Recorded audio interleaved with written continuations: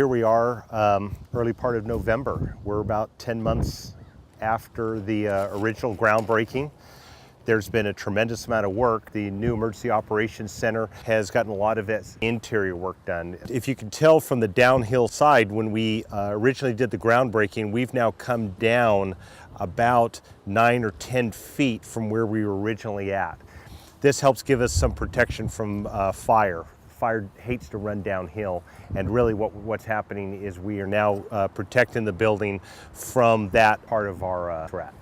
The biggest problem we have during fires, again, has a tendency to be smoke.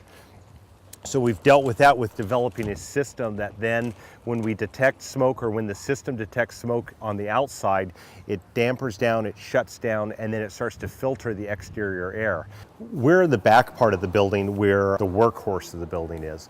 One of the things that we saw during some of the emergencies that we've had was the difficulty we had in maintaining computer operations. So we've done a couple different things. First of all, we have the 550 kilowatt generator. The electrical room brings in the power and helps distribute it throughout the building. In other words, the building is not running directly off the commercial power grid, but it's running off the commercial level battery system. So the batteries are the buffer to help protect the computer systems, the satellite systems, and the communication systems within the building. And that's turned out to be very important to us in different operations. A major function of government is to stay up and running during the times of emergency and disasters. So back here in this room, that's probably about 550 to 570 square feet. We have two computer room air conditioning systems.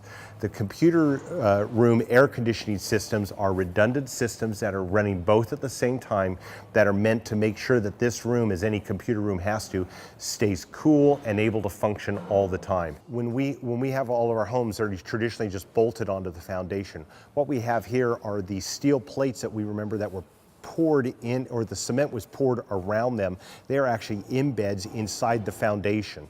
Then it's separated from the exterior wall, which gives us plenty of room to not only pull computer cable and fiber optics and all that type of infrastructure, but it's also designed to give us some sturdiness within the interior portion of the building. It's a tank of a building, and that main reason is to make sure that we have addressed as much as possible the seismic concerns that we have in this area of the country. The gray posts that we see over there are actually 3 different conduit lines. That's where a radio tower is going to go. The purpose of the radio tower here is to help us with backup systems, communication links back into the county communications infrastructure. It'll be transmitted via microwave.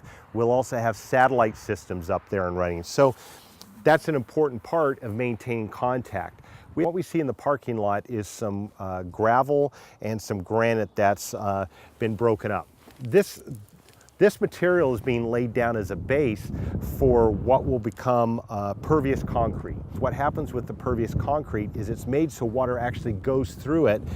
When it gets through the concrete, it goes back into the water aquifer and the water table and helps replenish the aquifer. Rather than pushing water off into the street and just having water go down the gutter, we actually end up with water that's going back into the ground. Some of our drainage goes off into a larger basin, and that makes sure that we try to get as much water as possible replenishing the ground. Just as a reminder, we're going to put about 168 solar panels on top of the building to help generate solar electricity, again, back into the building, back into the grid if that's available. And what we've got is about 60% of the construction done. That's the major structure.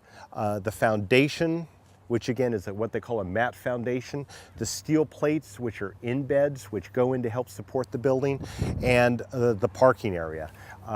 A lot more of it now turns towards the technology. Now we start to put in the flooring systems, the raised flooring, the computer systems, all the cabling, the communication tower. So now comes the stuff that's more technologically oriented, some of the lighting systems and things like that. So making very good progress, and we're pretty happy about how things are moving along thus far.